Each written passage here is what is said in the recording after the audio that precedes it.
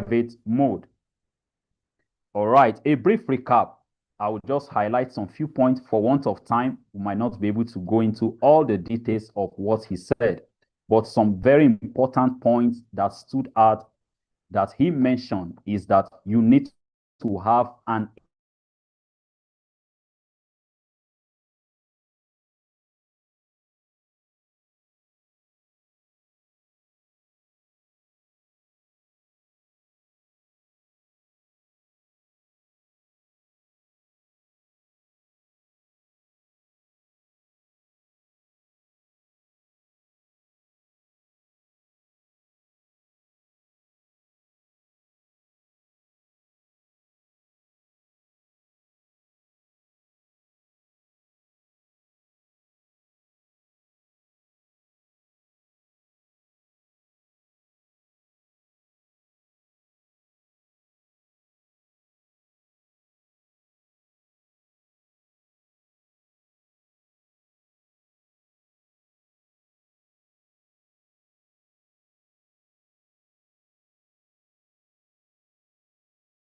all right, apologies for the network interference. All right, so when you are able to see these gaps and challenges, then you are able to develop solutions. And once you come up with solutions, then you become an entrepreneur. All right, and that also there is need for you to think deeply. All right, it takes deep thought to be able to come up with solutions because there are problems all around us. There are problems all around us, especially if you are from this part of the world.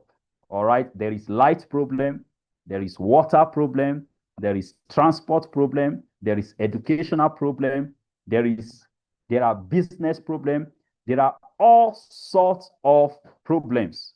When you look around you and when you think deeply, you will see problems and you will be able to come up with solutions that brings about value and help you to develop a system that becomes a business or a startup.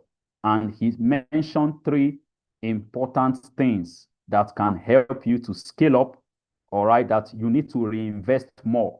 All right, you need to reinvest more. That when you reinvest more, you will get more. Just like the acronym GIGO, GIGO says, when you garbage in, you garbage out. So the more you put in, the more you get out of your business. And there's need for you to optimize your operations. All right, your operations has to do with your structure, has to do with your team, has to do with your equipment, your tools. There is need for you to actually optimize all of these tools because sometimes there are certain tools that becomes outdated over time. They become obsolete.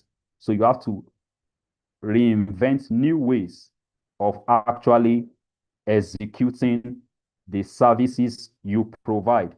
A quick example I would like to share is in reference to this very platform we are using, Zoom.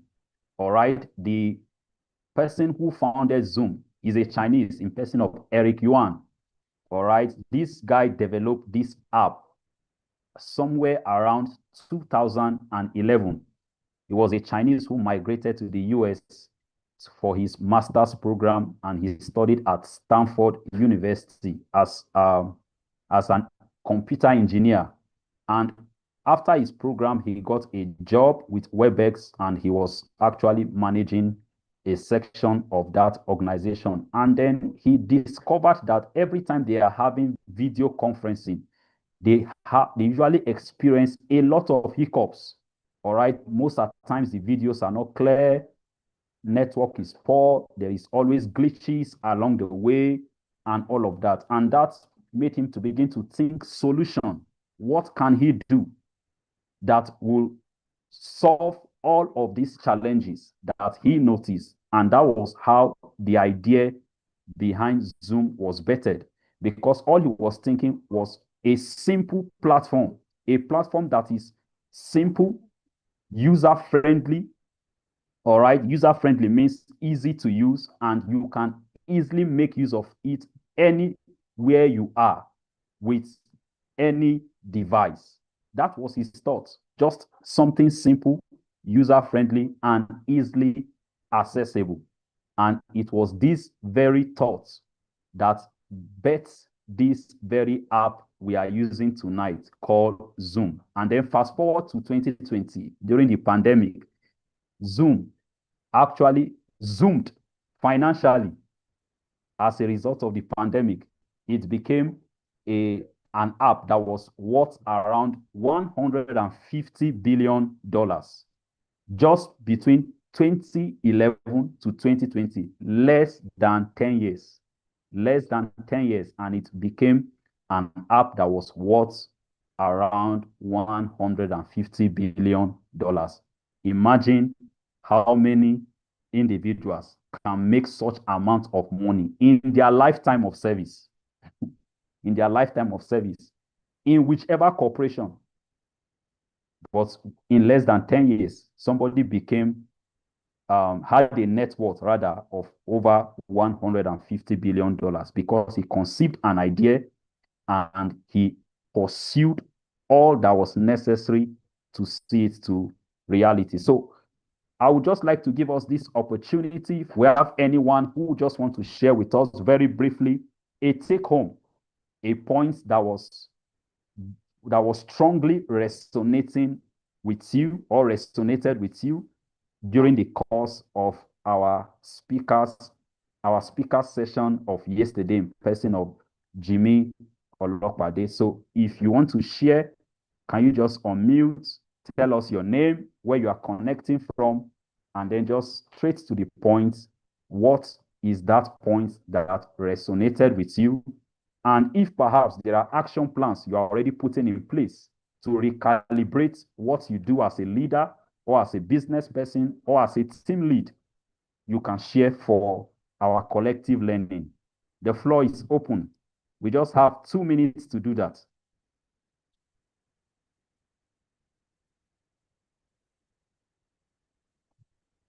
Anybody wants to share? Am I audible enough?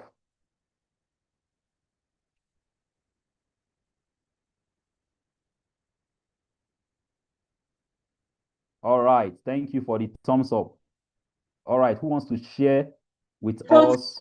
Education sometimes, you know, they think I'm at the rightful way. They provoke me.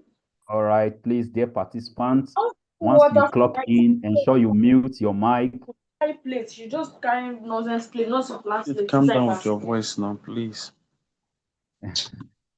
Please ensure you mute your mic when you join in.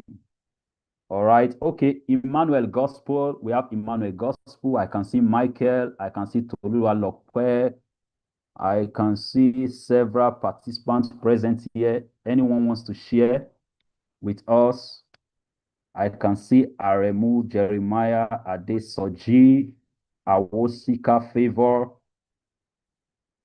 Ayo, Ishola, Christiana. Anyone, let's hear your voice. Good evening, sir.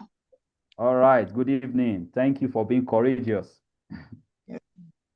My name is Fumilayo from Arepo, Ogun State. All right, we are glad to have you. Please, can you share?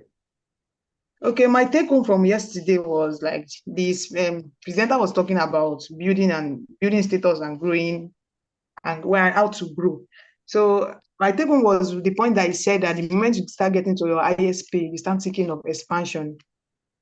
So I'm a career person, bringing into career. I guess the moment you shouldn't be too comfortable with a particular post. The moment you get there, of your next level, like what is the next thing to do? What's the next requirement to get to this stage, to the highest level? So that was my take home yesterday. Like you shouldn't get too relaxed. Like believe that the best is yet to come. So you shouldn't get too relaxed. So career-wise, and he said for business, the moment you start getting to your ISP, think of that expansion, so it starts expanding. So that was my take home yesterday. I probably cannot forget that. All right, thank you so much. Thank you so much that point resonated with you and already you are recalibrating. Thank you so much for sharing that insightful take home. Any person wants to share? One more person? We are giving opportunity to one more person if you wish to share so that we can. All right, go ahead, please. All right, sir. I really had a great, impactful time yesterday, and I celebrated one of our facilitators, Pastor Jimmy, and he really shared a lot of things. But part of the things that really struck me majorly majorly that you are your biggest investor. So until you invest in your dream, other people might not really get, they might not really get to work more on it with you if you don't do it yourself. So the first thing to do is to believe in yourself and invest in yourself. And the way by which you invest in yourself it is different. That is, if you give little and you shouldn't expect to get more. So the way you should be like a very, very good investor, like going all in for your business, not trying to limit, because you can't give small thing and expect a big result. And he gave an example of Absolutely. someone that invested a little, and and someone that invested in many, like a lot into that business. Definitely the outcome will not be the same. So those are the things I actually got to know. That is, I must invest in myself first before you can even get, or should I gain the trust of people, from people, to invest in my own business. So thank you so much, Pastor Jim. All right. Thank you so much. Thank you so much. That was also very insightful. Investing in in your business is a sign that you believe in that vision. You believe in that idea. So it's very profound. All right. Without wasting much time, our speaker for tonight is set, and I would just like to briefly share with us his profile as we receive him tonight. And so, as I'm reading the profile tonight, you can celebrate him with the emoji claps and, with your words, kind words from the chat section. All right. So, our speaker for tonight is in person of Tunji Adeboyejo, who is also the Chief Executive Director of the Young Leaders Academy. All right. He is a leadership coach, author, and speaker committed to raising a new generation of transformational leaders with a strong passion for personal development, leadership excellence, and financial empowerment. He has dedicated his life to equipping young leaders with the mindset and skills necessary to succeed in today's world. He is the founder of the Young Leaders Academy, known as YLA, a dynamic leadership institute designed to train and mentor young people in leadership, financial management, family life, success habits, entrepreneurship. Through the YLA, he is building a thriving community of young visionary leaders with a mission to empower at least 10,000 emerging leaders worldwide. Tunji is also a prolific writer with several books to his name, including Becoming a Better Leader, 10 Times Better, The Leadership Catalyst, Personal Growth, Money Matters, Leaders Wanted, and This Thing Called Love. His writing focuses on overcoming limiting beliefs, financial wisdom, leadership growth, and personal success. Additionally, he shares insight on success, motivation, leadership, and finance through daily writings Facebook on his Facebook page. Beyond writing and coaching, Tunji is an advocate for strong and successful relationships. He runs a weekly virtual relationship and marriage teaching, impacting over 680 participants every Monday. His teachings provide practical wisdom for building thriving relationships and marriages. A dedicated scholar, Tunji holds a Master in Human Resource Management at the University of Hertfordshire in UK. His academic and professional background has equipped him with a deep understanding of leadership dynamics, people management, and organizational growth. He is also a leadership podcaster, a podcast dedicated to young leaders and entrepreneurs, where he will share practical leadership strategies, personal development insight, and real world success principles. Tunji's influence extends beyond training and speaking. He is actively involved in mentoring and coaching young leaders through YLA clusters campaign groups, an initiative designed to foster leadership, excellence, and community impact. He, his passion for leadership has also led him to launch a quarterly leadership masterclass themed Maximize Your Leadership to equip young leaders with the tools they need to lead effectively in a rapidly changing world. A firm believer in faith driven leadership, Tunji is a committed pastor of the Redeemed Christian Church of God, RCCG, where he serves and impacts lives through biblical wisdom and leadership principles. Tunji Adeboejo is a man on a mission to shape the next generation of leaders, inspire financial independence, and help individuals build a life of impact, influence, and success. Ladies and gentlemen, with your e-clapping emojis and warm welcome tonight, we have in our midst Tunji Adeboejo leading us in another amazing session. You are highly welcome, sir. The platform is yours. Thank you. We are glad to have you. Thank you, sir. Thank you for that warm introduction. I'm so excited to be here with us tonight. And once again, I want to welcome all participants for the ALC. I want to say a very big thank you for joining us at the Young Leaders Academy and for being a part of this great vision. You coming to join us is an assurance for us that the vision that God committed into our hands is going greater and is getting better and becoming bigger. You are the reason why this vision is still alive today. Thank you for being a part. And I want to also appreciate all our team members who are working tirelessly to make this a great success. All our volunteers in every of our platform, thank you for making this a great success. We don't have much time tonight, so I'll go straight into this session.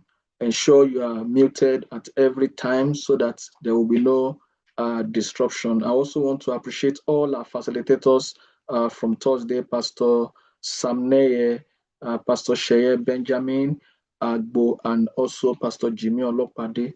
Fantastic sessions they have all had. Okay, somebody is saying my sound is low. Please, can you confirm to me if this is clearer now? Before I move on, is this clearer now? Oh, okay. I think we can hear you clearly, sir. Oh, okay, thank you. Oh, thank you. Thank you, Gloria. Thank you, sir. All right, thank you, Regina. Thank you. All right. So I'll go straight into the session. I'll be speaking on wealth creation strategies. Mind you, we still have 4 sessions tomorrow that will run concurrently. So please don't miss tomorrow's session. We have 8 courses in total. So what we have done is just 4. So we are doing 4 tomorrow. You are going to choose the one you want to take. So all of it, you can then watch along the line. All right, so this is going to be like a continuation of what Pastor Jimmy did for us yesterday, but in another dimension entirely. So,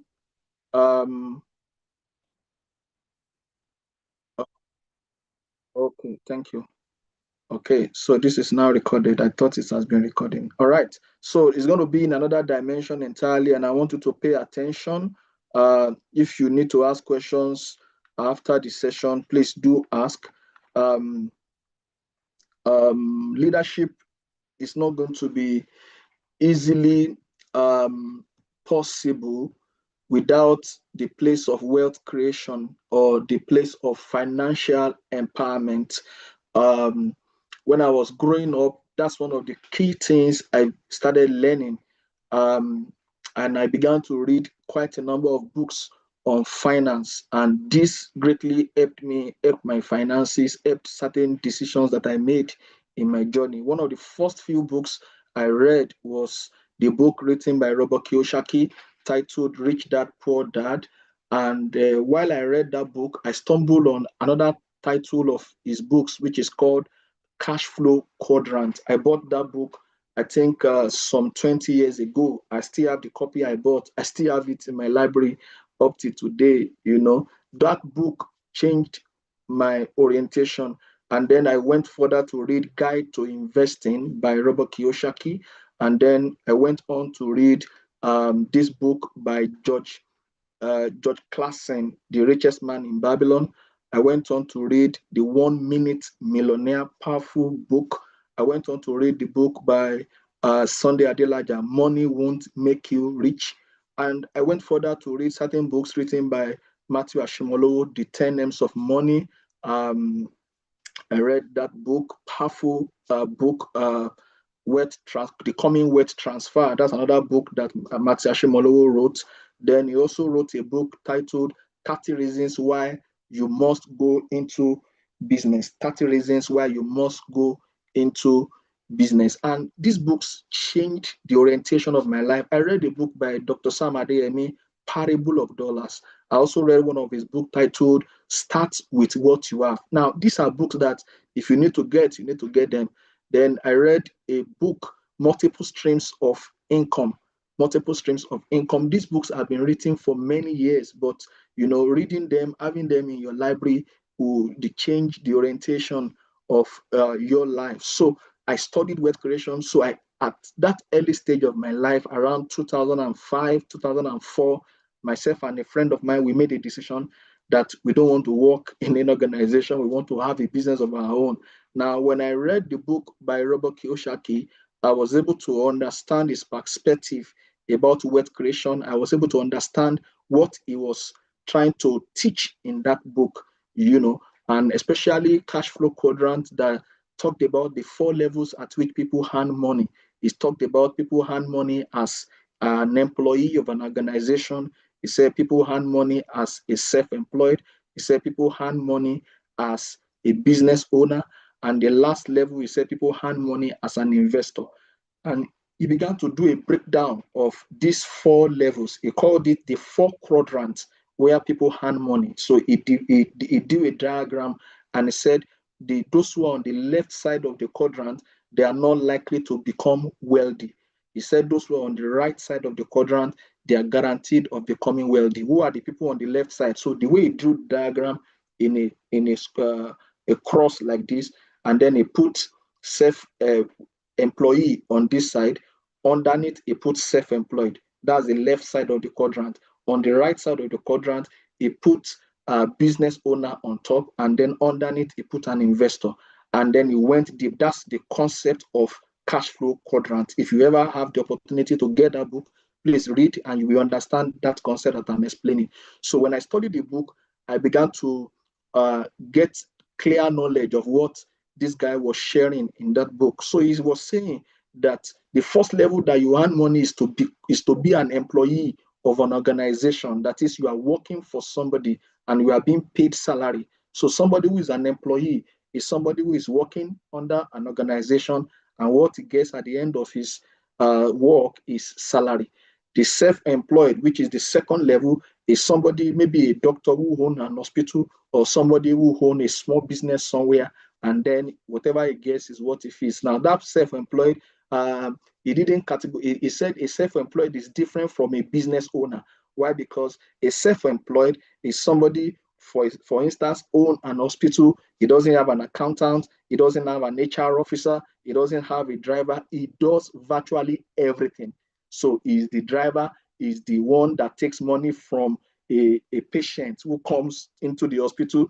He also is the one that consults. He's the one that gives injection. He's the one that prescribes drugs or medicine. He does everything, So, but a business owner, which is the person on the third level, a business owner is somebody like Dangote, is somebody like Femi Otedola, who own an organization. They don't necessarily work in that organization, but they own the company, they own the organization, they employ a manager, they employ somebody to run the business. For example, Dangote, he has Dangote Sugar, Dangote Salt, Dangote Cement, he has noodles, he has so many brands. And this recently he started his what is it called now?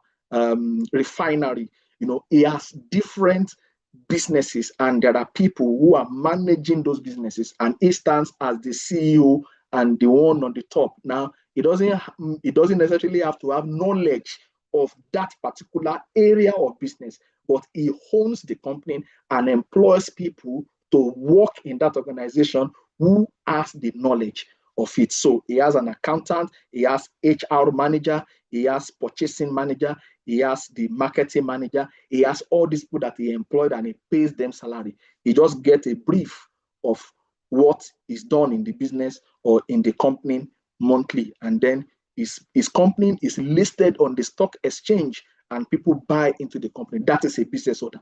And then the final level is an investor. He said an investor is somebody who invests in three things. They either invest in business, they invest in the stock market, or they invest in real estate. That's an investor. So he said anybody on that right side who is a business owner or an investor is guaranteed to become wealthy. So let me bring it home. When we talk about wealth creation, so because what I'm going to be talking about today, I will go a little bit on this side and on this side. So I'll be talking about the importance of cultivating a saving culture, the importance of knowing how to save and invest. And then I'll be talking about some foundational principles of investing wisely. I'll talk a little bit about entrepreneurship and creating a business, which PJ spoke about a few yesterday. You know, creating a business which is a vehicle of wealth creation. And then I will also begin to talk about personal wealth creation plan that you must begin to build. So by way of introduction, wealth creation is not just about luck. That's why I laid that foundation for you. It's not just about luck. It's about discipline. Please take that on your notes. Wealth creation is not just about luck. It's about discipline. It's about knowledge. And it's about intentional actions. About discipline, knowledge, and intentional actions. You know, somebody who wants to build wealth is somebody who is planning to do that by saving, by investing, and by starting and running a business. If you want to go into the scripture, for those of us who read the Bible says in Proverbs 21 verse 5, Proverbs 21 verse 5, it said, the plans of the diligent leads to profits, as surely as haste leads to poverty. The plans of the diligent. So it takes a diligent man to build and to create wealth. It takes a diligent man to build and to create wealth. So I will start with building a saving culture. Now, one of the things I've noticed in the life of many young leaders today is that many do not have what I call saving culture. This is one critical ingredient I learned as I was growing up as a young leader. I learned to save. I learned to save. You know, why does a saving culture, why does it matter? Why does this matter? You know, a saving culture matter because it provides you what we call financial security and financial freedom. If you are not a saver, you are not ready to build wealth. If you are not a saver, a diligent saver. If you go back into the story in the Bible, you'll notice this guy called Joseph. When he was with Pharaoh, he told them that there will be 7 years of plenty, there will be 7 years of famine. He said, in the 7 years of plenty, you need to save. He said, because when the 7 years of famine will come, what you have saved is what will save you. So as a young leader, one of the things we must work on is our financial capacity. If you are financially handicapped as a leader, you begin to enter into some errors in life.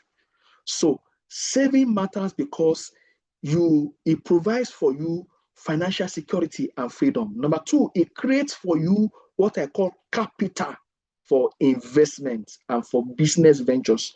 You know, today we have many young people who want to start one business or the other, and they say they are looking for capital.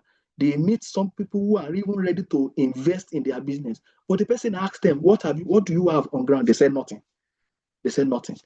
What have you saved for the business? Somebody was asking in a PJ session yesterday, how do I finance my business? This is one of the key lessons that you must learn. You must learn to save. You must learn to save. How do you save? You save from the little that you are earning. I can quickly give you 5 mistakes that people make as regards money. Number one is living without earning. Living without earning. Number two, earning without saving. Earning without saving. Number three, saving without investing. Another major mistake. Saving without investing. And number four is investing without having knowledge of investment. You know, some months ago, some people are entered into error because they wanted what we call a get-rich-quick scheme. Today, many are losing money. I had people who came to me and said, Pastor, can you borrow me money? I borrowed money, invested in CBS, and I lost millions of naira. And I now said to you, so you lost millions because you lack financial knowledge. One of the reasons why people are losing money today is because they do not invest. You see how many books I mentioned to you? Those are the few I could mention. There are many. There's a book written by Olumide Manuel, School of Money, very big book like a dictionary. Some people, they don't want to learn anything about finance, but they take money to go and invest in an investment where they're going to lose their money. So one of the reasons why you must create a strong savings plan is that you need that savings for investment. You need it to start your business. And saving also helps you to shield against unexpected changes in your finances, unexpected challenges that may rise up along the line in your financial journey. So what are the things that you need to put in place right now? Number one, when you earn money, you must pay yourself first. These are principles of effective saving. I just want to give you 3 of them. Principles of effective savings. Pay yourself first from whatever income you are getting, whether it's a gift, whether you are earning salary, or whether you are getting income from an investment. Or some people, people give us money. What do you do when you get money? Some people, they just go and blow. They just go and blow where they don't want to go. They just go there as soon as money hits their hand. And some people, they begin to tell themselves that, there's a spirit that is taking money. There's no spirit anywhere. You are the spirit. So pay yourself first. What do I mean by paying yourself? Allocate at least 20% of your income into a savings plan before you spend that money. Number 2, do what we call automated savings. Use things like direct debit. Use things like automatic withdrawal. I save my money in a PGVest rather. They automatically remove 15,000 from my account. Is it on a daily basis? Yes, on a daily basis. And that money goes into that savings. Automate this type of saving. Live beyond your means. That's the third one. Live below your means, not beyond, below your means. Avoid lifestyle that is too high. Some people, they don't want to live their size per time. They want to spend more than they earn. They are not earning, but they are spending more than they earn. The things they cannot afford, they want to buy it. They want to impress people. And at the end of the day, they become depressed. See, the more you try to impress people, the more you become depressed. Some people, they want to impress people who care less about them. I'm an advocate of somebody who believes in good dressing. But sometimes there are certain kind of clothes that you are not able to afford right now that you don't need to buy. Who cares about what you wear? Who cares about what you eat? Who cares about what you drive? Who cares about where you live? And I used to use myself as an example. When I moved into the United Kingdom, I know what I was when I was in Nigeria. But when I moved, I was already living in a 3-bedroom. I already owned my own house. When I moved into United Kingdom, I moved into a new space where I knew nothing about. I need to still study the economy of the country. I need to still study the lifestyle of the country. I first was living with somebody. Then after, I rented my own house, my own place. The place I rent, I didn't go ahead to go and rent a 3-bedroom. I started with a 1-bedroom. I can't remember well when I lived in a 1-bedroom last in Nigeria, but I started in the UK here. And then from there, I moved. So sometimes you need to plan your life and plan your finance. Don't do your size part time. Don't do beyond yourself. If what you can afford is a 1-room, go and rent it. When I moved into Ilorin, when I was transferred by the church, by the mission to Ilorin, the first house I rented in Ilorin was a room self-contained around Kwara Poly, very close to Kwara Polytechnic. It's a student room. That's the first place I lived when I got to Ilorin.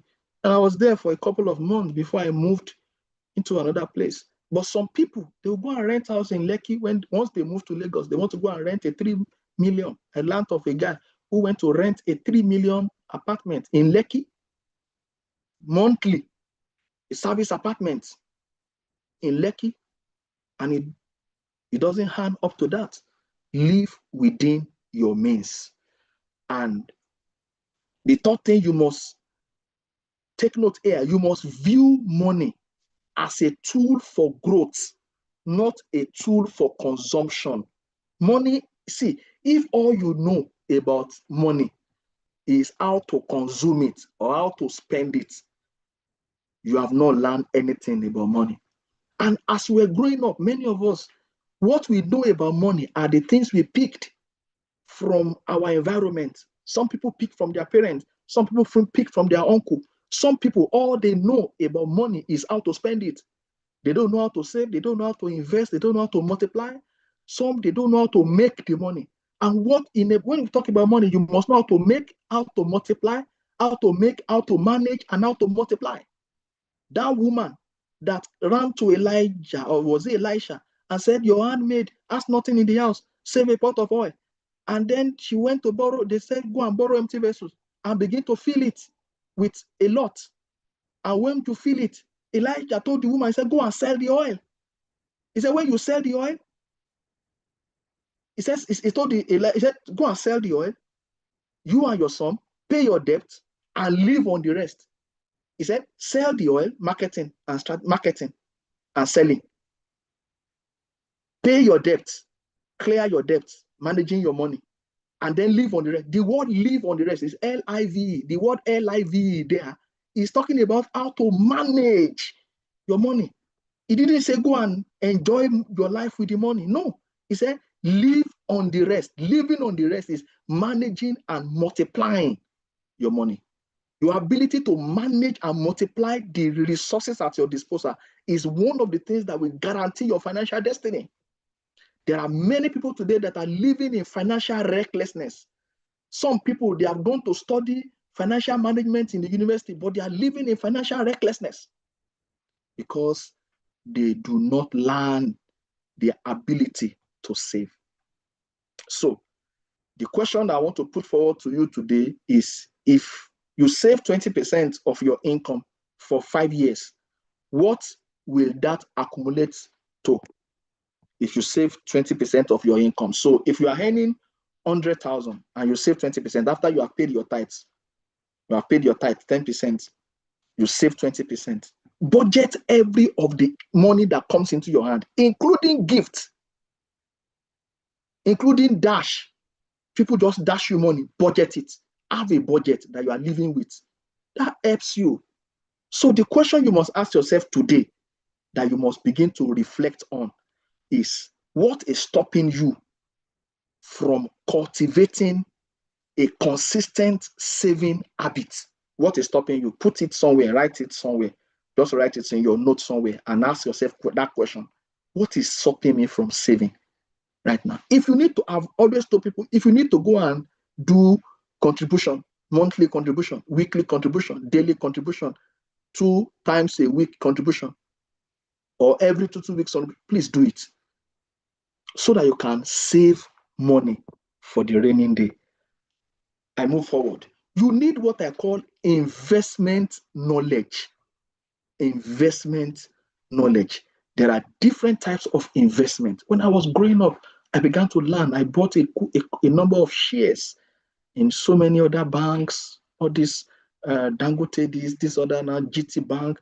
Recently, I still got dividend from GT Bank from one of the stocks that they sold. Was it early this year or last year? You need what I call investment knowledge. We have different types of investment. I will list some of them to you. We have stocks, we have bond, we have mutual funds. Do you know, somebody was telling me recently, the lady was saved, is it about 3 million? I can't remember the figure now, in PG Vest. And they paid her interest of over 500,000. Over 500,000 interest, just saving in PG Vest. PG Vest is just an app. So we have stocks, we have bond, we have mutual fund, we have real estate, we have agriculture, we have different alternative investments. You know, there are principles of investing that you must build. Number one is start early. Start early. Time is your greatest asset. Don't say, how I wish I had started many years ago. Start now. Diversify. Spread your risk. Diversify. Don't just stay in one type of investment. We have stock, we have bond, we have mutual fund. Some people, the only account they have with their bank is savings account. Some people, it's just only current account. And they forgot that that same bank, they have bond, they have money markets. If you call your bank and say, where can I invest in your bank? They will tell you that this one will yield this at the end of so month. This one will yield this at the end of that money you are keeping somewhere. Multiply that money and increase it. Do research and educate yourself before committing your money into anything. Build what I call investment mentality. You know, patience and discipline, they are more important than all these short-term gains. There are many people, they just want short-term gains. Oh, bring 20,000, you will get 40,000. Bring 50,000, you will get 150,000. Those are short-term gains. Avoid what I call get rich quick schemes. Avoid it like a plague. Avoid it. Don't involve yourself in get rich quick schemes. Focus on what I call sustainable wealth. Focus on sustainable wealth. You know, and you must understand yourself. What are the things that work with you? For somebody like me, when I was growing, I began to do a lot of study. Yes, I invest in stock. Yes, I invest in money market. Yes, I save. Yes, I do this. But there are some kind of investment that I don't go into. Real estate, yes, I buy. I buy land, I buy properties, I buy this, I buy that, and I put them there. But there are some kind of investment that does not work with me, and I don't just go into it. For me, business works well for me. I want to invest in businesses. And that's why I have so many multiple streams of income around me. This one is bringing, my books are bringing money for me. Speaking engagement is bringing money for me. I run a printing and publishing business. Shay Benjamin was talking to us the other day. I was talking about a publishing firm. She just started not too long ago. And if you know how far she has gone, if you know how many people she has published books for, and she doesn't need to live where she is. There are certain businesses that you can do today that you will not leave your location and you'll be making money. You will not live where you are. You will not even do beyond your phone and you'll be making money. You'll be making money. I know somebody who has made over 15 million in business in the last 1 year without stepping out of the house, without meeting anybody, just on phone, on WhatsApp. If you know how much people are making just on WhatsApp, you know, so find something that works for you and build a business around it. So number 4, I've talked about savings, I've talked about investing, and then now I've talked about investment knowledge, and I want to talk about starting a business. Why should you start a business? See, somebody needs to mute, please. Those ones at the back end, please. Once you see anybody unmuted, please just go and mute them immediately. All right. Start a business. Find a business to start. If there's something you need to take away from this meeting today and this Young Leaders Academy, find a business to start. No matter how small the business is. No matter how small the business is. Find a business to start. Why do you need to start a business? Because you create wealth. You don't only create wealth, you create jobs. You don't only create jobs, you increase your influence.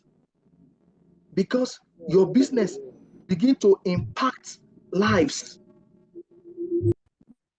Your business begin to do what? Impact lives. You create influence. You generate more influence. See, there are certain things that happens around your life that God will use those things to launch you into a business idea. And I will use this as an example for you. I don't know who is listening to me, but listen to this. Something happened to me recently. I've been in printing business for a while. I take jobs. I didn't have an office. I didn't have any printing machine. I think when I was in learning, I bought 1 or 2 printing machines. When I was transferred from learning, I sold the machine. I got to Lagos. I was still doing the way I was doing. I moved into the UK. I was still doing in the same pattern, the same model that I run. I was running it. But something happened to me recently. I did a job. I went to print it from a friend, and the job spoiled. I had lost 250 here. I came to this person to help me to help me reprint the job using his machine. The thing spoiled again. I lost another 300,000. And then the thing led into an argument between myself and this friend. And I mean, it led into something that I don't want to even go into. I mean, it was so embarrassing. I'd lost money. The client is waiting for the job. And as myself and this my friend were arguing, I was very angry. He was very angry. We were almost talking against ourselves. I just felt the Holy Spirit talking to me and saying to me that, what that machine that this person has, you can own this same machine. If you own this same machine, you will print this job yourself. All the errors that you are complaining about, you will control it yourself. Why not do this? You are supposed to have done this for a long time. But what is the fear? I was having fears because some of my friends who are in the business, who own machines, what I'm trying to say, I've been in printing for more than 15 years, but I didn't own any machine. I only partner with some of my friends to go and print with them. Yes, I make my money, I make millions, but I never knew that I could make more money owning my own machines. So I felt the Holy Spirit was telling me, Tunji, this thing that you are complaining about, why can't you create it yourself? While I was thinking of getting angry, sometimes business ideas come to you when you are angry. Sometimes. Something that, see, if you want to find or gain access to your purpose, sometimes, what makes you angry? What makes you happy? 2 questions that you must ask yourself. What makes you angry? What makes you happy? A guy was in a bus and he saw an incident happen between a conductor and a passenger, and he was angry. The passenger was supposed to collect change in Lagos, and the conductor was not ready to give the change. And before you could say Jack Robinson, the conductor slapped the passenger. And this brother was just beside. And there's this anger that rose up within him. And he wanted to hit the conductor. So what nonsense is that? See, that person should go and study law. And because something makes him angry. And he wants to get justice for somebody. Sometimes the things that makes you angry can lead you into a business idea. What is that thing that you are not comfortable about? Can you create a business in it and launch out? You know what happened? After I was done with the call, I felt the Holy Spirit said, stop this argument. Don't say a word again. The following day, I called a friend who lives in this UK, who has done that, who has owned a machine. I said, friend, he said, Pastor, but you know, I have told you this before. I said, you used to tell me, but I'm always afraid of all these complaints about people managing, people having this machine, the machine is having problem. He said, no, it's not like that. And that very day, he gave me a contact, got few machines, rented my office in Lagos.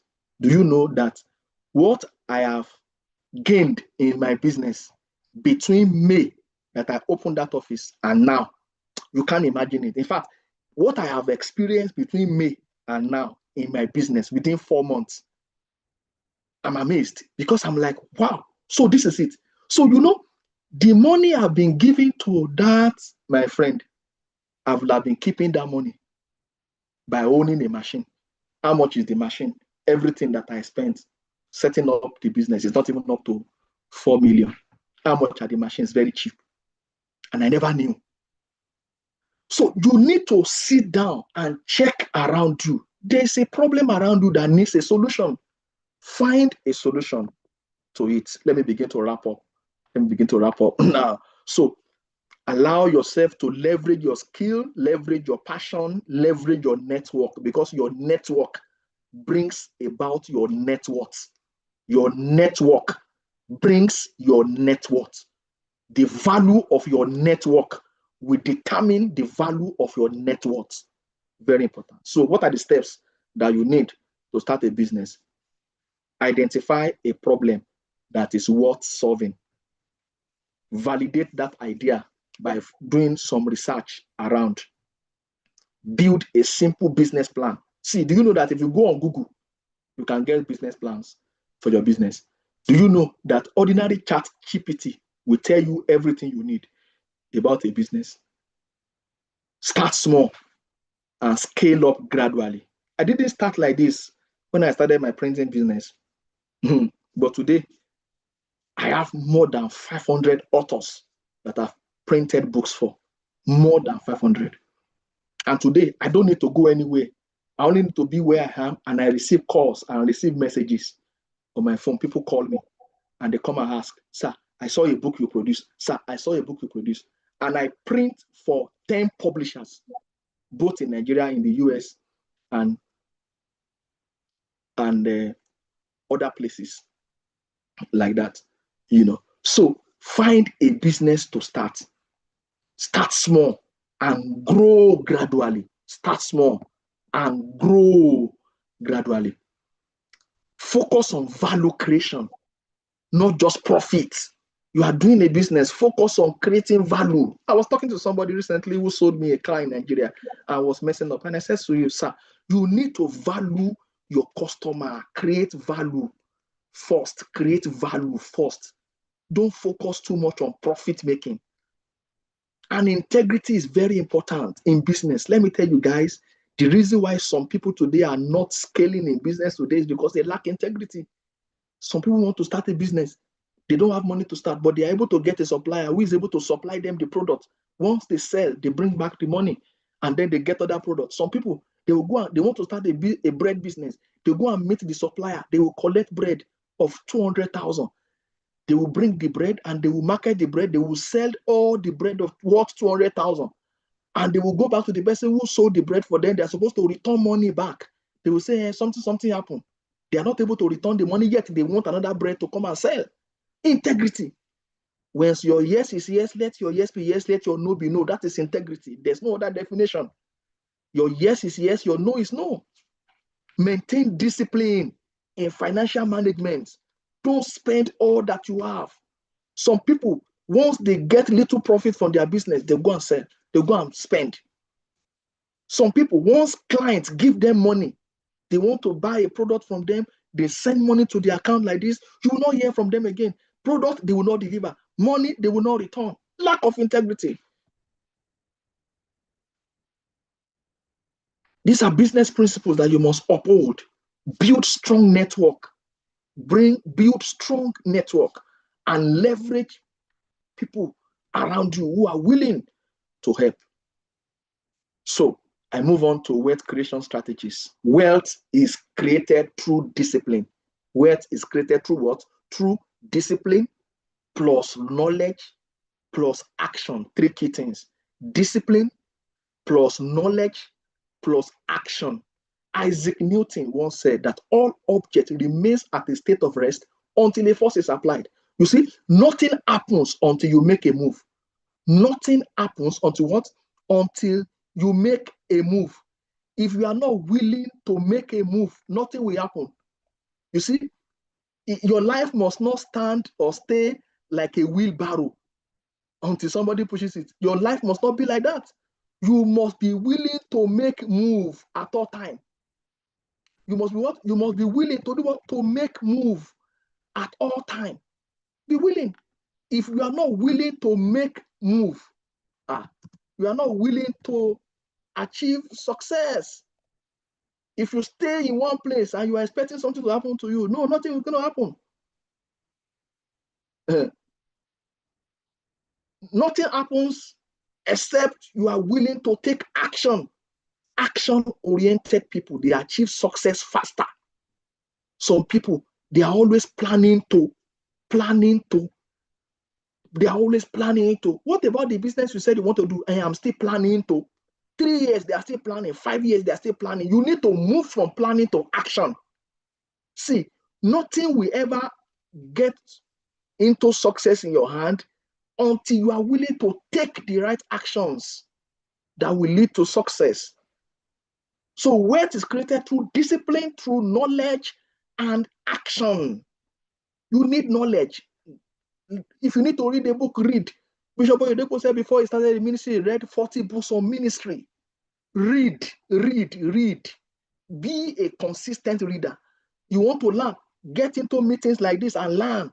Attend seminars, attend conferences where you need to learn. I went to Digital Leadership Academy.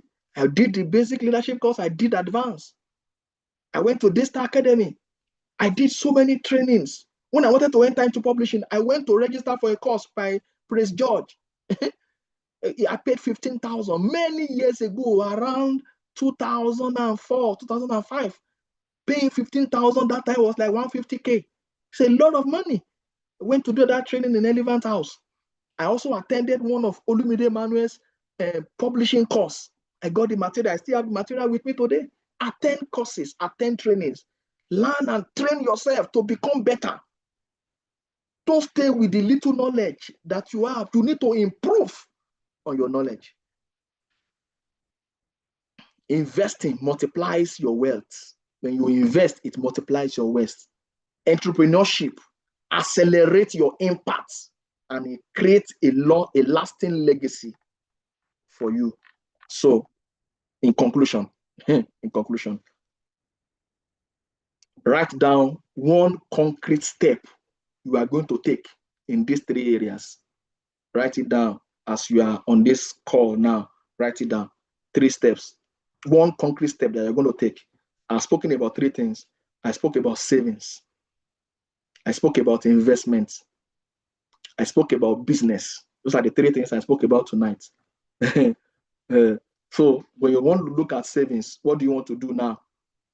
Open a high yield savings account. Open a savings account that will generate interest for you.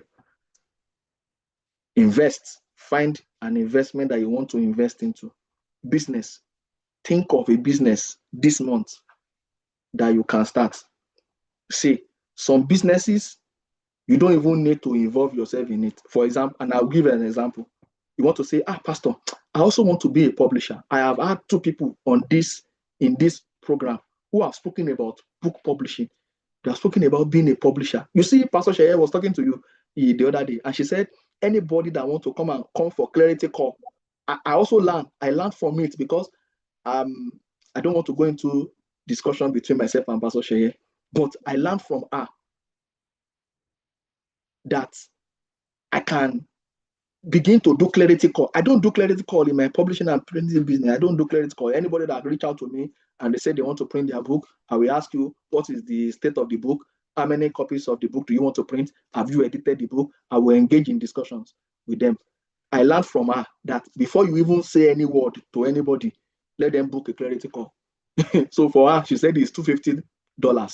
That's a lot of money, man. That's a lot of money. I gained a business idea from that place.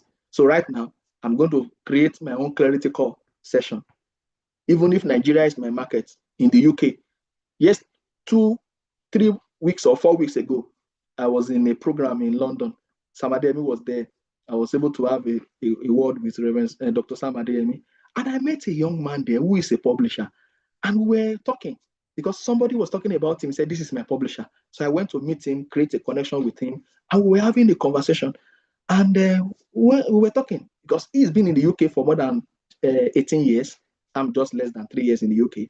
And we were talking and I asked him, how much do you charge people for Amazon in the UK? He laughed. He said, how much do I charge? I told him, I said, I charge about £100. I thought I was talking big. As I said £100, the man laughed. He said, for what? I told him all the things I do. The man shouted, he said, sir, don't do it again, sir. I said, hey, how much do you charge? The next thing he did, he first of all gave me his business card. As he gave me his business card, my head boots. And I remember that, I need a business card. I didn't have a business card. So immediately I began to design my business card for UK. Then he said, let me open my website so that you can see the analysis of how much I charge. As he opened his website for me, beloved brothers and sisters, I was shocked. I was shocked. I've not recovered till today. This man, just one thing that I would do for people for 50,000 naira, this man is charging 1,600 pounds. 1,600 pounds in naira. That's close to 4 million naira. That is charging to do Amazon, to do this and that. I said, do you give them copies of books? He said, no, one copy. He said, you only tell them to print on Amazon. I said, what? I was shocked. That also taught me a lesson that, oh boy, you are now in the UK. You can't be doing like you are doing in Nigeria. Your mindset must shift. So whatever environment you find yourself, you need to align with that environment. So I told him, I said, my prices are changing from now. And I'm updating my website. So what one thing are you going from in this business? Let me close with this thing. I will close. It's already beyond my time now. Let me close with this thing. You see, do you know that your money is hidden in 10 places? I will tell you the 10 places where your money is hidden. Number one, your money is hidden in people. Everyone you see, your money is in their hand. Everyone you see on the road, anywhere, anybody you meet. See, we are close to 70 on this platform. Everyone on this platform, they have your money in their hand. How do you get it? Create a value. When value comes, there will be exchange. There will be an exchange of money. Value. When value meets with money, there will be an exchange. When value meets with money, there will be an exchange. So money is hidden in people. Number two, money is hidden in problems. Every problem you see, money is hidden in it. If you're able to solve that problem, you gain access to money. The food seller is making money from solving what we call hunger problem. The clothes seller is solving problem. What problem is he solving? He's solving the problem of nakedness. The teacher in school is solving the problem of ignorance. The doctor is bringing and solving health problem. The lawyer is solving crisis problem. The transporter is solving mobility problem. The landlord is solving shelter problem. So every problem, there's always money in it. Money is hidden in your gifts and your talents. What is Tope Alabi doing? Where is she working? Which company is she working? Which company is Yinka Alasheyori working? You see the house she built? Which company is she working? She's solving a problem using her gift and talent. Number four, your money is hidden in opportunities. Your money is hidden in what? In opportunities. Opportunities, they are doorways and ladders to a new level. Opportunity, they are what? Doorways and ladder to a new level. Number five, money is hidden in product and services. What product are you offering? Find a product that you are selling. See, when Femi Otedola released this book a few weeks ago, I just got my own book delivered yesterday to my house here. Do you know that I had a friend who saw the book and started selling the book? Right now, that book is hot in the market right now. Very hot. Somebody tap into a business idea and began to sell the book. If you check on Facebook, everybody is talking about the book. That's a business that you can start now. You can begin to sell that book. Many years ago, when I saw Amademi, I told him I was selling his book. I sold this book, Second Revolution. I sold this book, says Straight Talk. I was selling a book in Noshodi. I will enter the bus from Ifako Ijaye. And then I will be selling the book inside the bus to Oshodi, inside the bus. Many years ago. I was taking book around campuses and selling. Today, I've written 17 books. Number 6, money is hidden in ideas. So find a product to sell. Even if it is pencil, be selling it. Find something to sell. No matter how small that thing is. No matter how small that thing is. This is the days of content creation.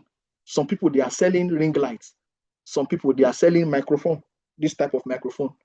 Some people, just small things they are selling. Find something to sell. Money is hidden in product. Number 7, money is hidden in vision.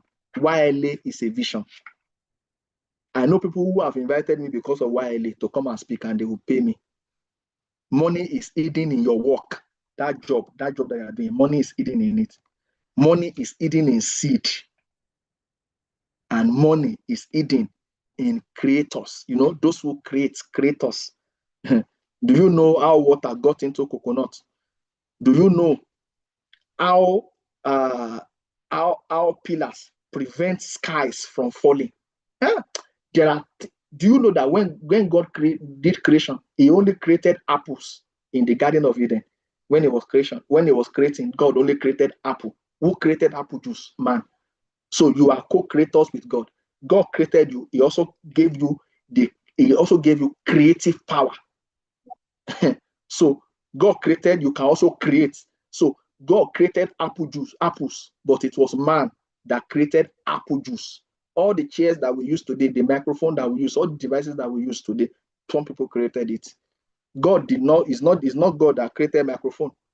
It was man that created it. So you are a co-creator with God. I see you succeeding. I see you getting to where God wants you to get to. I see you expanding in your finances. I see you creating wealth for yourself and creating wealth for generations to come. And you will succeed in all that you do. I wish you a great time. Thank you once again for being a part of this. Thank you.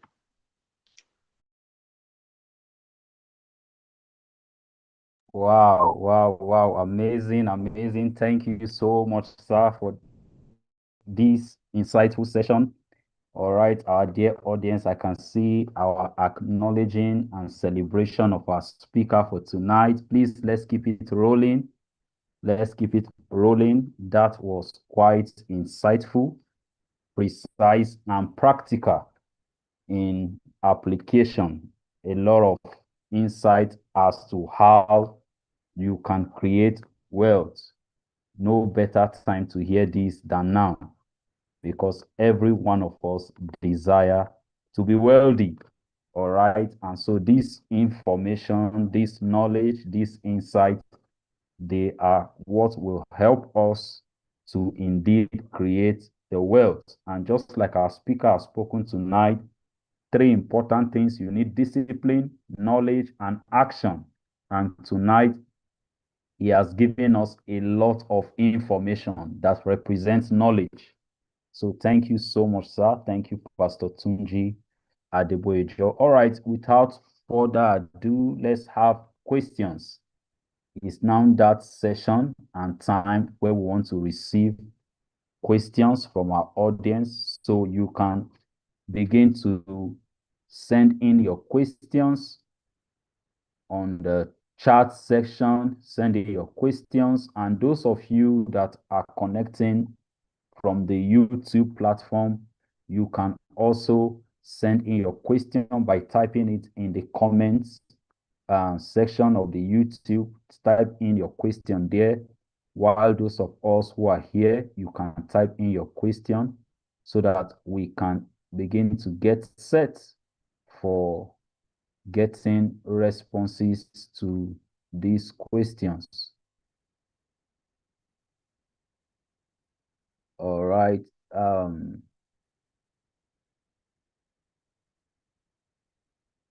All right, sir. Okay. I wanted to start shooting in the questions, so I was hoping that we'll have you seated to commence.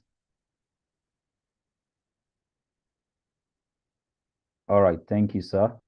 All right, I have a question here. Okay, someone earlier asked what kind of savings accounts, maybe you just quickly attend to that. When you mention savings accounts, a savings account that can give you returns, and somebody asked, I know you mentioned that, but for emphasis sake, just help us to respond to that so that we can move on to the other questions, sir.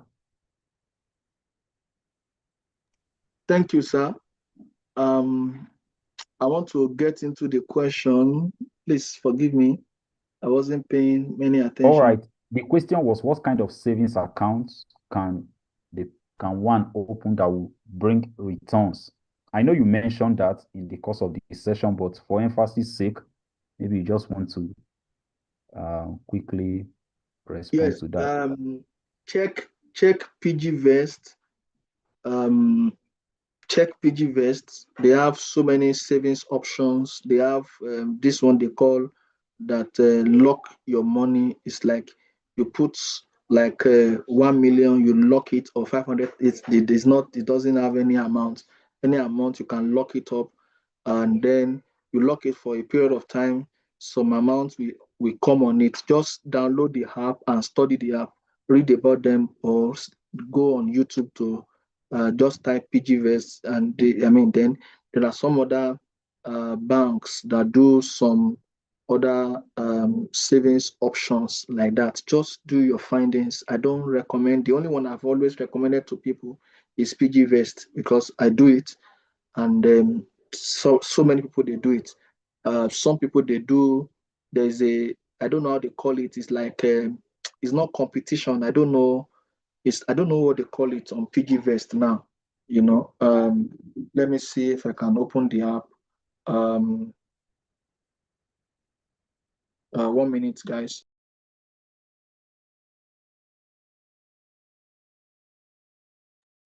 Um, Let me just check now.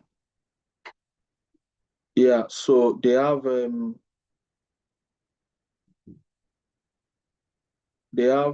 some savings options that, for example, there was one they did in February. I don't know what they were calling that one then. It was for what is it called? What did they do in February? This thing, Valentine, yes, like Valentine, this thing. They just did it then, and a lot of people got into it. I even also did. You save 50,000 for some time, and you get an interest or so amount on it, something like that. So let me check what they have. They have target savings. This target savings now, you create a personal target to save an amount, and if you want to, if you withdraw the money before the target date, they will take they take something from that money. You lose an amount. So then they also have they have back to school, they have travel, they have 1 million challenge for 365 days. You want to save 1 million for 365 days. That one also has some little interest on it. There's this one that they call NYSC allowance. On the app too, you can invest. You can invest 5K, you can invest 5K for 19% per annum. There are different ones. I mean, if I show you on this app now, you can see different options. When you study the app, you will see different options of savings that are there, and the interest that you will get is there. In fact, ordinary their savings on that place alone is there's a little interest that you will get. And this is not an app, it's not a get rich scheme app. Young guys like us, they are the one who created the app. Young people like us. So that's what I can say about that. Thank you, sir. All right. Thank you so much, sir, for that response. The next question is, what would you say to someone who doesn't have a flair for business? Yeah. So if you listen to my session very well, you will notice that when I started, I talked about 4 quadrants. I didn't focus much on business like that. I just had to use that because that's my own field. Now, I said some people they are self-employed, some people they are business owner, some people they are investors, some people they are employees. So if you are a career person, you are not a business person. And let me shock you with this anyway.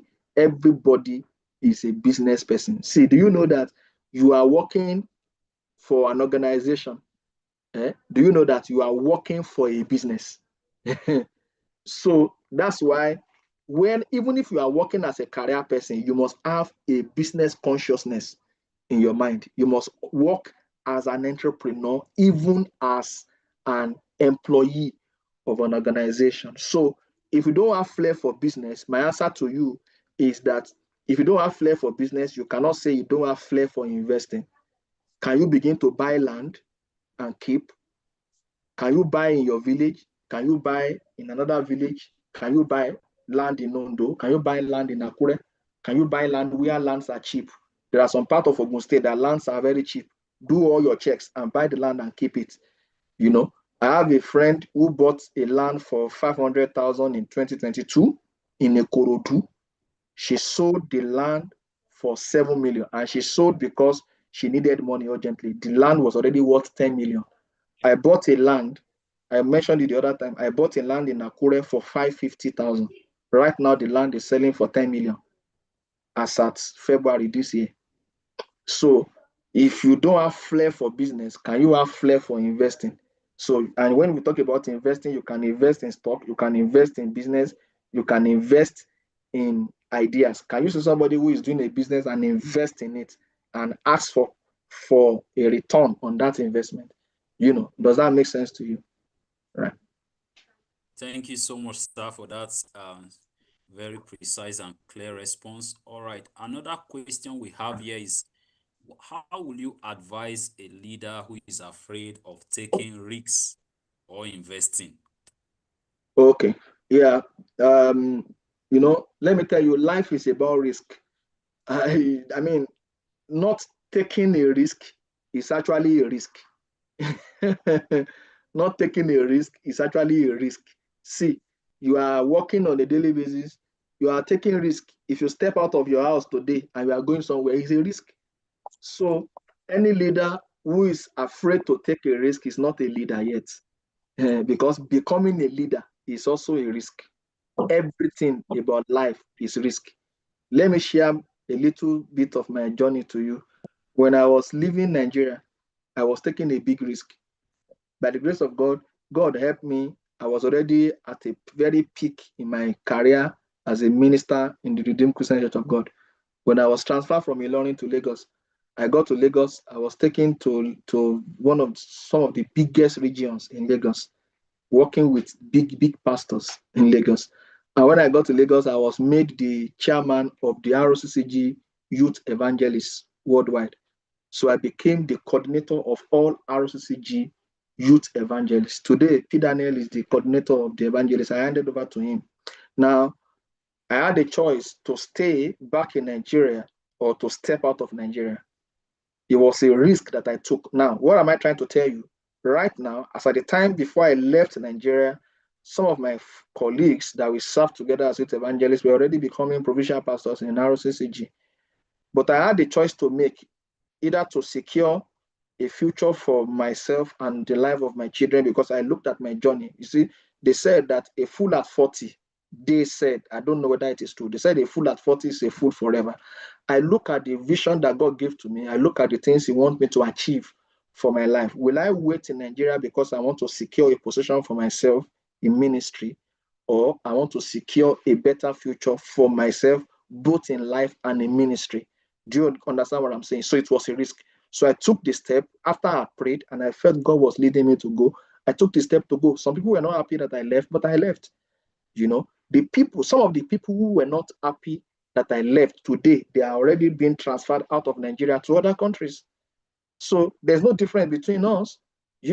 So I mean, I know one pastor who was not happy that I left Nigeria. As I traveled out of the country, the following year they moved him out of the country. What's the difference between the two of us? So life is about risk. Life is about what? Is about, am I answering the right question, sir? Okay. Yes, you are. Oh, thank you, sir. So life itself is risky. In fact, do you know that it's risky to go to bed, to go and sleep this night? Do you know it's risky? Do you know that some people go to bed and they will not wake up? It was talking about like that sang. Only, I don't know how to say it in English. Ẹni tó bá sùn ṣe ló kú. So if you are saying you are afraid of taking risk, if you want to go to bed and you want to sleep, it's a risk. You can sleep and not wake up again now.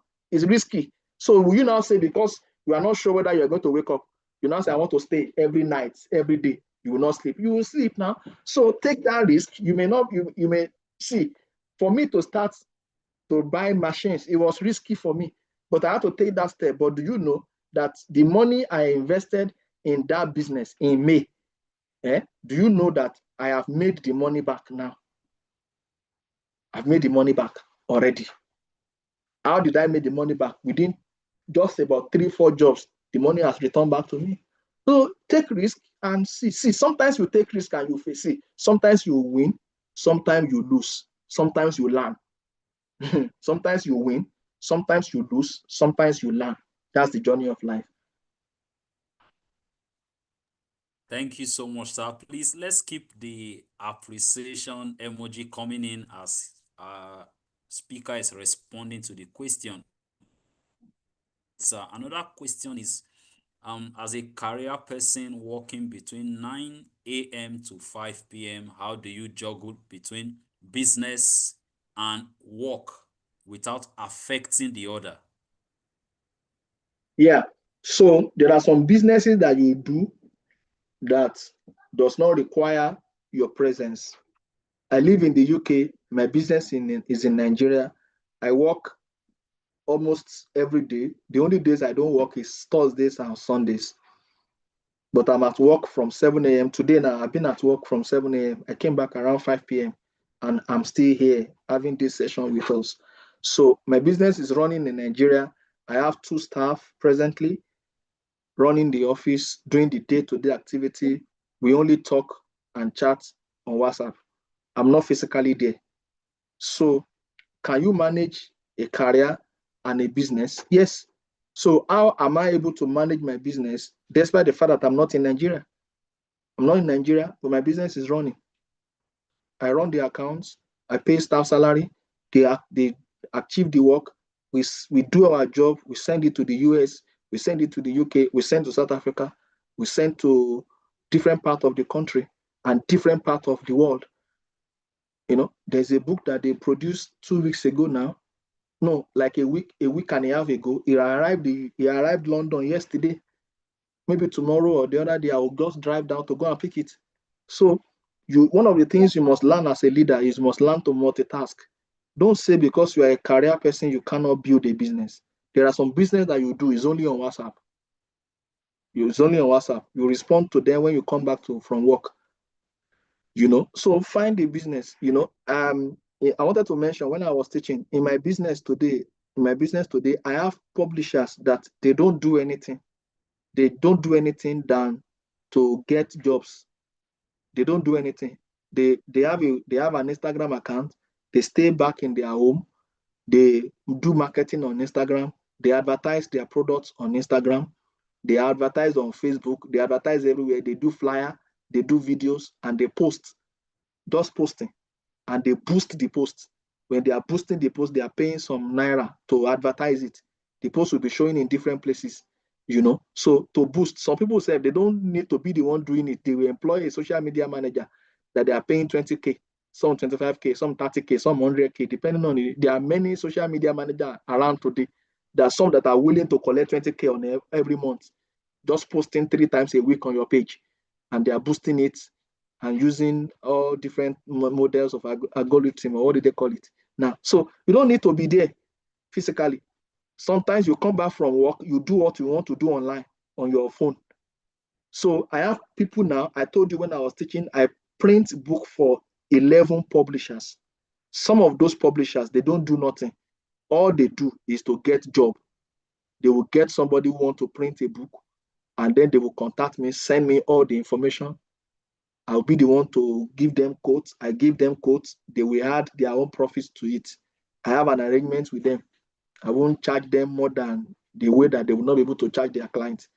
And then when their clients pay, they will send me my own portion of the printing. They will keep the rest. I know somebody who is doing this thing that I'm talking to you like that. As I'm talking to you right now, it's a business you can quickly start now. Right now. You can quickly start it.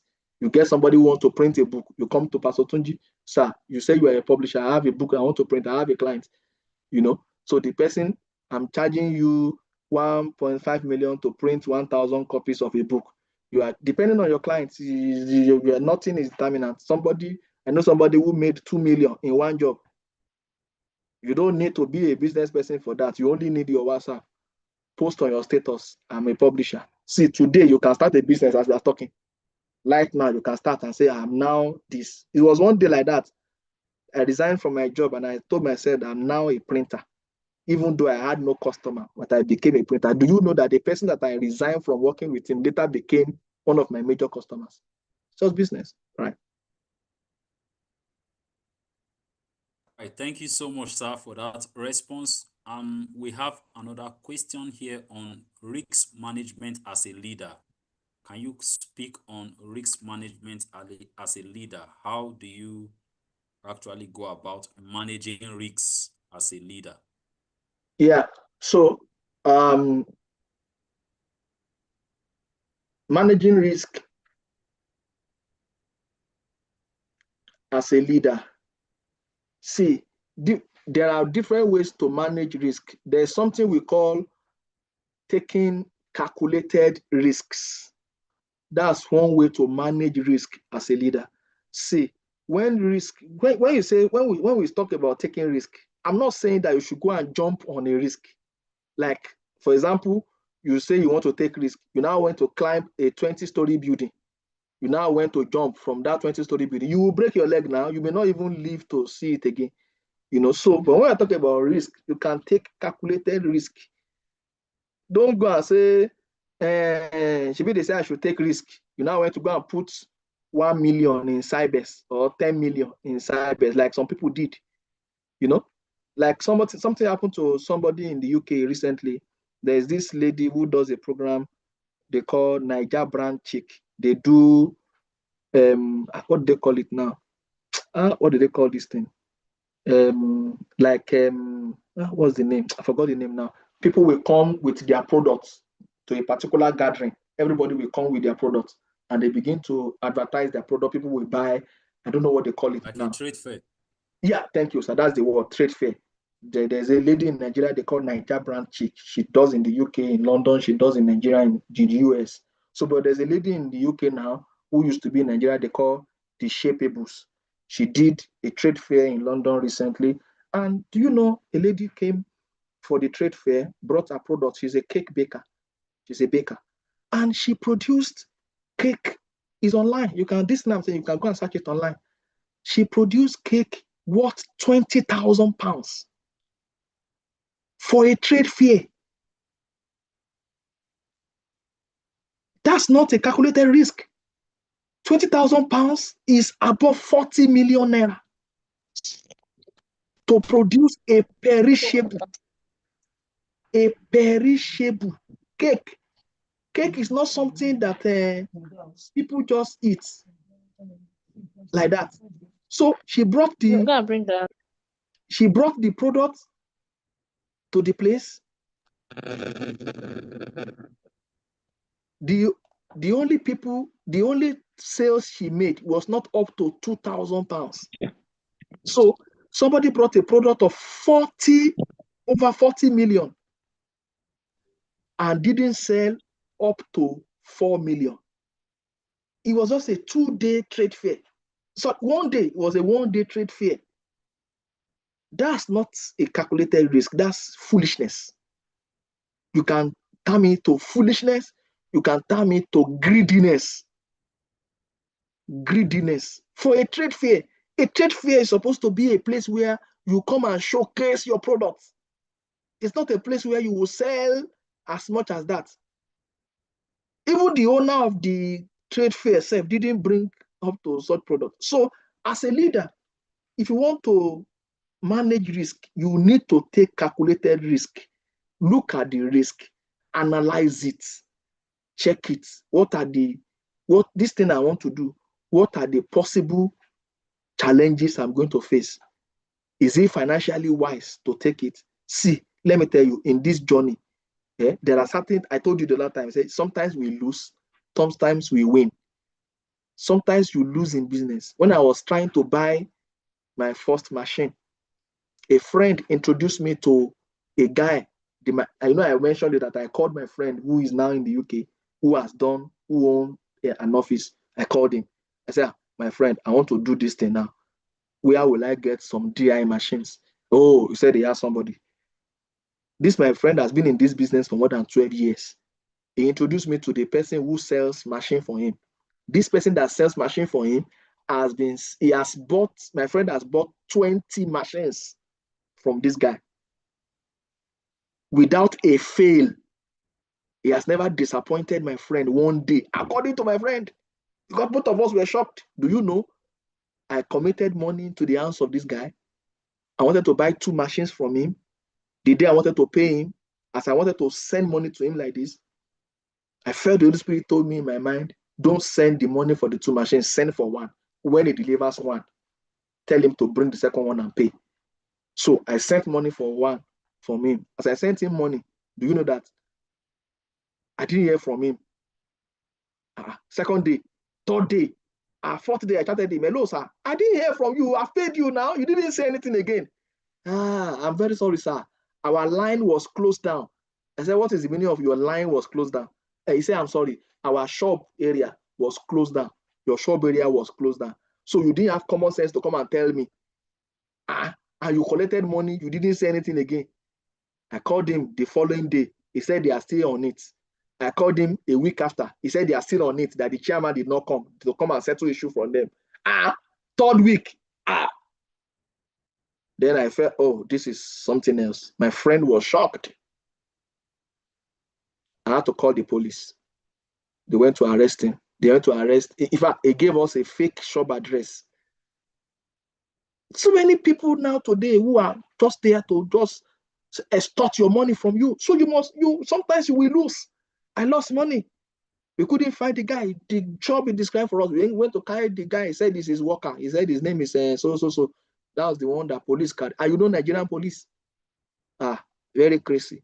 Once they see little money like this, they will go beyond what you have told them. They will go beyond it. But do you know, I recovered my money back fully. But police took almost half of it. So I lost. But I gained my money. But I also gained wisdom. So that was the very first attempt to buy the machine. But I won't say because I have lost that I will not do what I want to do. No, I moved on. I got somebody else. I bought the machine. Sometimes we lose, sometimes we win. So as a leader, you must calculate your risk before you take the risk. All right, thank you so much, sir. All right, I'm going to merge these 2 other questions together. Somebody is trying to ask for more insight and clarity as to the question when you said your money is hidden in your seed and in your vision. So I'll put those 2 together: money hidden in seed and money hidden in vision. That you should speak to that. Can you give clarity on that and with examples if possible? Okay, so your money is hidden in your vision. Or let me first of all talk about your money is hidden in your seed, because we didn't have much time. I could not explain very much, very well. Treasures sometimes disguised as trash. Trees sometimes disguised as a seed. History sometimes disguised as common events. You cannot count the number of oranges in a seed. That's seed. So what do you have in your hand? What do you have in your mind? What do you have in your house? Seed. That woman that told Elisha I don't know whether I always mix it together, whether it's Elisha or Elijah. Said to her, he said, what I have in the house is just a jar of oil. Elisha. Uh-huh. He said, what I have is just a jar of oil. Do you know that jar of oil, that's what Elisha was looking for? He said, that's where the harvest is. Go and bring it, blessed it. He said, go and borrow empty vessels and begin to pour the oil. And she poured the oil. The oil was multiplied, So that little thing, that little seed that you have, that 1,000 naira that you have, that 5,000 naira, that 100,000 that you have might be the seed you need to start your business. That's what I mean by seed. And when I said that your money is hidden in your vision, and I say your money is hidden in your vision, this Young Leaders Academy is a vision. Bible says, where there is a vision, there will be provision. And where there is no vision, people perish. But where there is a vision, there's always a provision. So provision towards vision. That's what we mean by provision. So in your vision, there's provision there. So when God gives you a vision, it's giving you an idea that can translate into financial resources. So if I want to look for an example, Redemption City is a vision. That the general overseer of Redeemed Christian Church of God, he was somewhere in Mushin in his 2-bedroom apartment, and he was asking God to give him a 3-bedroom.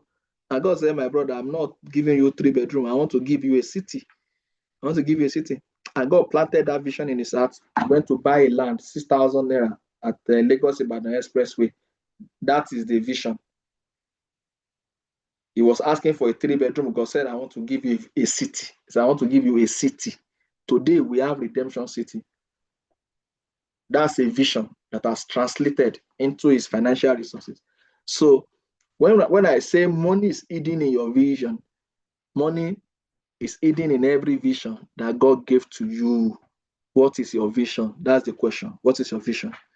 Bishop Oyedepo, he said God gave him a vision of a 50,000 capacity auditorium. You see what that vision has produced today, So when God gives you a vision, God gave me a vision to write books. Today, those books are producing money for me every month. If you tell you how much I make in book, and I didn't come to book printing, or I'm sorry, book publishing. I'm talking about my own book now. My book are in my library there. I've written 17 books and they are there. Some are on seller, some are on Amazon. I'm just here. People just order my book on Amazon and I get a lot. That's vision. Writing is a vision that God gave to me. So I hope that answers your question. All right. Thank you so much, sir. We are grateful for the wonderful and insightful responses to all these questions. All right. We are winding up the session for today. Somebody just chipped in a question, although it has been responded to, but I will just read it so that you can just speak to it. All right. The person said that, okay, sir, what about when, in respect to taking risks and risk management? So he was talking about unforeseen circumstances.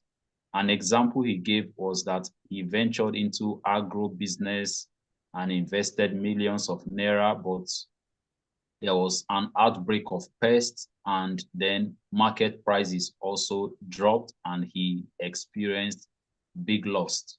So maybe perhaps you can just speak a little to that. I believe this person needs some form of encouragement and insight.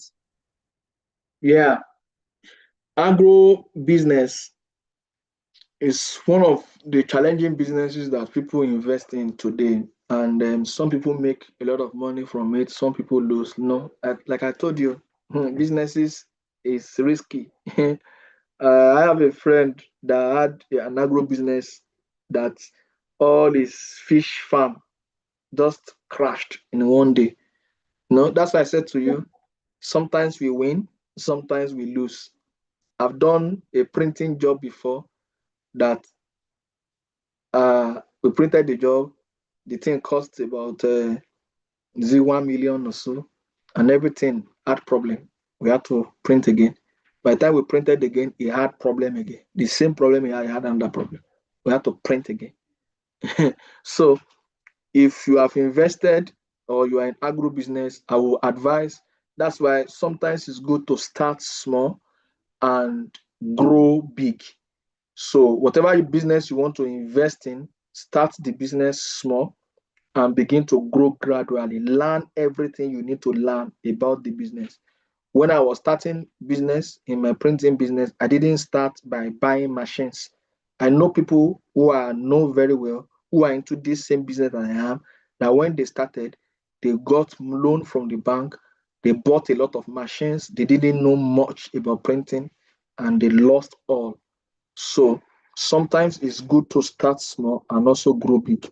So if you have lost money, let me try to read the question. For example, I ventured into an agro business where I invested millions of naira, but there was a challenge of pest and downfall in the markets, which led to a big loss. So losses will always come. So as a business person, that's why we must read book. Now, if you read this book by Femi Otedola, Making It Big, you see when he said he borrowed money from more than 10 banks in Nigeria, lost all that he had invested in, and he had to start all over. He had to move from his apartment, he sold the house and went to rent a place in Nikeja. If you read that book, that man was too plain in that book. So one of the things you must learn as a business person is that losses will come. Losses will do what? Will come. Even those who are into church ministry work, you remember that man in Lagos that his church got burnt. You have to start from the scratch. So losses will always come. Have that at the back of your mind. That's why you must develop what you call a thick skin. And that's why whatever business you want to do, start it small. I'm emphasizing that again. Start it small and grow to become big. Don't go and look for big money and say you want to start at once. No. And God will help us. Yeah. I'm seeing another question. To invest in stock, there are many apps where one can easily get access to companies. Yes, that's correct. Across the globe, like Nemo app and others for savings. Also like investing, like PG Vest, yes. And then there's Cowrywise, yes. I didn't remember that one. And there are others. There's another one, I forgot the name now. The name starts with P too. I can't remember now. Then what are the things to look for to be sure they are saved? Oh, is this person asking a question? Yes, sir. That tail end of this sentence is a question. What are the things to look out for to be sure they are saved for investing?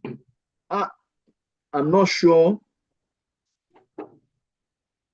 I'm not sure I got that question clearly. Okay. Can the person unmute? Or okay.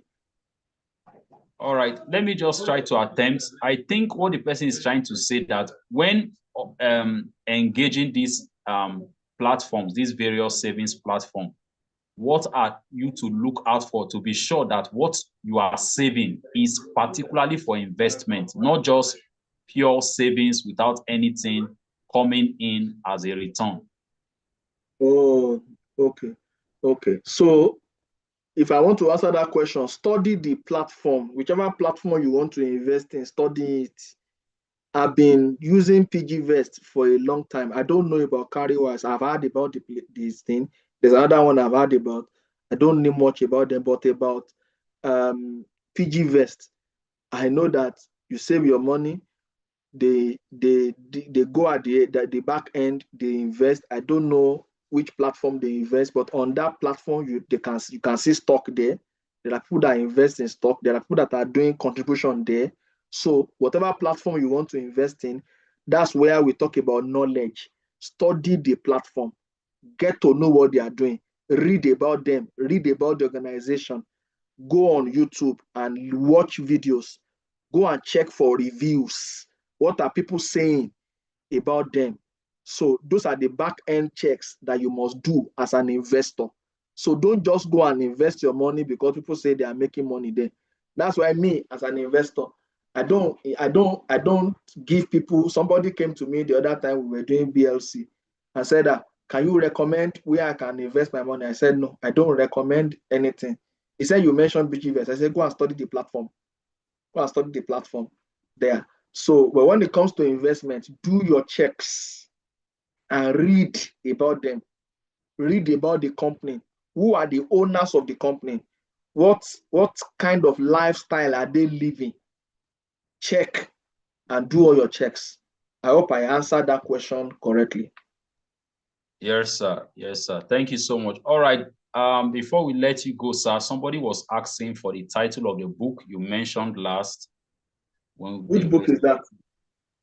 When you were speaking about, I think, zero risk management, the person who lost some resource when he invested in pests, in agro business rather, as a result of pests. You mentioned a book. Not sure I can remember. Is there anybody on the platform who can remind us? Can help us post it? Okay, somebody say. It's the last book that I was talking about. Oh, okay. The title of the book, somebody just put it. I think Pastor Tola just put it there. The title of the book is Making It Big. Let me show you the book. It's the book that is raining. The book is raining right now. See the book. This is the book. Making It Big. Making It Big by Femi Otedola. It's a very powerful book. It's lessons from a life in business. I mean, and it was down to heart. He mentioned names in that book. He mentioned names of people. He mentioned a lot of people, both dead and alive. And it was very practical. I mean, this is the first time in the history of in business and investing that I'm seeing an author, a Nigerian author, that is so down to heart like this. If you want to understand Nigerian system, how it works, business, you need to read this book. The book is expensive, but it's worth it. If it's worth it, I think the hardcover is like 25,000 naira in Nigeria. The paperback, I don't know how much it is, but I think the paperback is 15,000 naira. And I mean, for me that I'm into book production, with the quality of this book, I bought my own in the UK. I bought my own for 20. No, I bought my own for 15 pounds. So in Naira, that's about 30 something thousand minus shipping. So it's a lot. I bought paperback. I didn't buy the hardcover. So powerful book. Is a good read. I just got my own yesterday night. I've not started reading, but I've read a couple online. Thank you.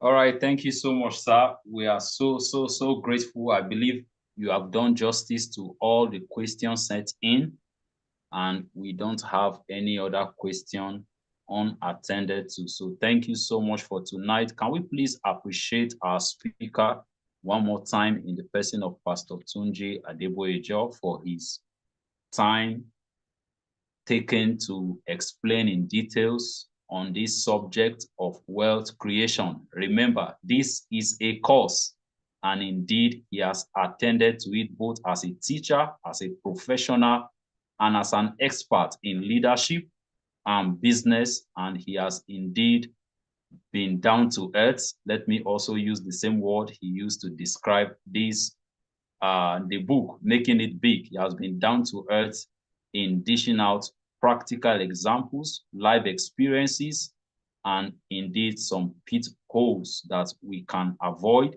and how we can start business. More importantly, he said tonight that from what he is saying, you can start a business. You can become a publisher tonight. Just post it on your status. All you need to do, link up with our speaker, and your business is ready to fly. So thank you so much, sir. We appreciate you for your time. We thank you for all that you have taken time to explain to us tonight. All right, we are bringing the curtain to a close. And before we do that, just a few announcements. Tomorrow is also another session. All right, tomorrow is the final session for the advanced leadership course of 2025. The attendance form has been posted on the chat box. Please ensure you fill in the attendance before you leave, writing your name clearly as you want it to appear on your certificate. All right, tomorrow we'll be having syndicate session, and we'll be breaking out into 4 various groups. That promises to be exciting. All right, in these 4 various groups, we'll be looking and considering the subject on failing forward, delegation strategy, team building, and becoming a leader. Shortly after the end of this session, we'll post a poll on the WhatsApp group where you can just indicate or select which of the breakout session you would like to be part of tomorrow. All right, so I come again with the topic, failing forward, delegation strategy, team building, and becoming a leader. So these are the syndicate session we'll be having tomorrow. All right, so I wish you guys a wonderful night rest. Looking forward to see you tomorrow. Ensure you fill the Google form sent in the chat box before you leave the platform. Father, we thank you once again for tonight. Thank you for our speaker. Thank you for the knowledge we have gained. We pray that, Father, will put them to practical applications, and indeed will have testimonies birthed out of what we have learned in the name of Jesus. In Jesus' name we pray. Do have a pleasant night rest. Looking forward to see us again tomorrow. Thank you.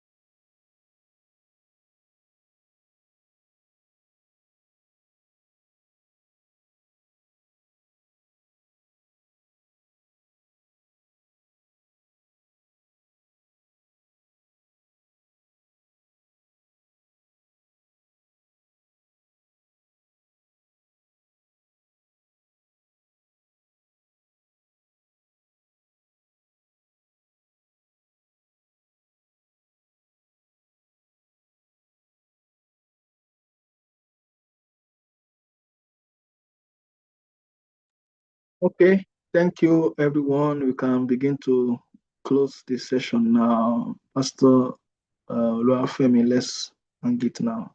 Thank you once again.